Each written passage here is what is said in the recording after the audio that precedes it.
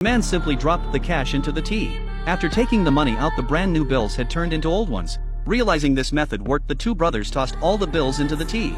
Then they hung them up on a string and used a hair dryer to dry them. They did this because all the bills were newly printed fake money. To test if the fake bills could pass, Jack took them to a store to buy something. For an easier getaway, John grabbed his arm from behind. When Jack handed the fake money to the cashier, it actually went through and they got the goods. This way they would have money for the future.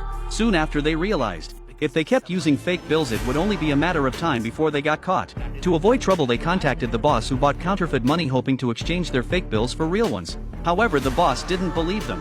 At that moment, John pulled out 2 real bills and 1 fake bill, shuffled them around, and asked the boss to find the fake one. The boss couldn't tell which one was fake, so he ended up placing a large order for fake bills. John was overjoyed, but Jack was nervous. They didn't have the equipment to print large quantities of counterfeit money quickly. That's when Jack contacted their uncle, who owned a printing factory. He wanted to collaborate with him. However, their uncle didn't trust them. To ease his concerns, John took the uncle out for dinner and deliberately paid with the fake bills. Surprisingly, after checking the money, the boss gave him change. That's when their uncle got involved. But their uncle's printing factory didn't have enough paper. To get more paper, Jack came up with a plan. He recruited some friends to rob the printing factory. Soon they started printing the fake bills. However, an unexpected event occurred. The police showed up to inspect the factory. The uncle quickly told John to turn off the machines, but John told him not to panic.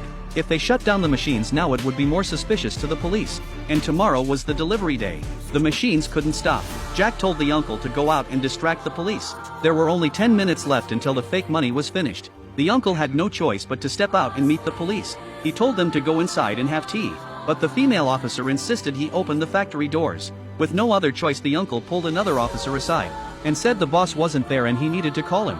Just then the female officer heard the noise from inside the factory, so she ordered him to open the door or she would force it open. The uncle had no choice but to open the door. By then the fake bills had been printed. The brothers quickly began cleaning up the scene. With the door about to open, they hurried to finish what they were doing. As the female officer entered the factory, the brothers had already cleaned everything up. Seeing that the officer seemed suspicious, John asked Jack if the trash can had been cleaned. Jack said he had forgotten. To avoid the officer finding anything, John stepped out. He picked up a wrench and prepared to attack the officer. But just as he was about to act, the officer's phone suddenly rang. It was the sheriff calling, telling her to return to the station. The brothers managed to escape unharmed. The next day they successfully delivered the fake money to the boss. They thought their task was done, but they were soon targeted by a gang. To prevent the counterfeit bills from being stolen, John poured gasoline and set the money on fire. This story teaches us that there is no shortcut to getting rich.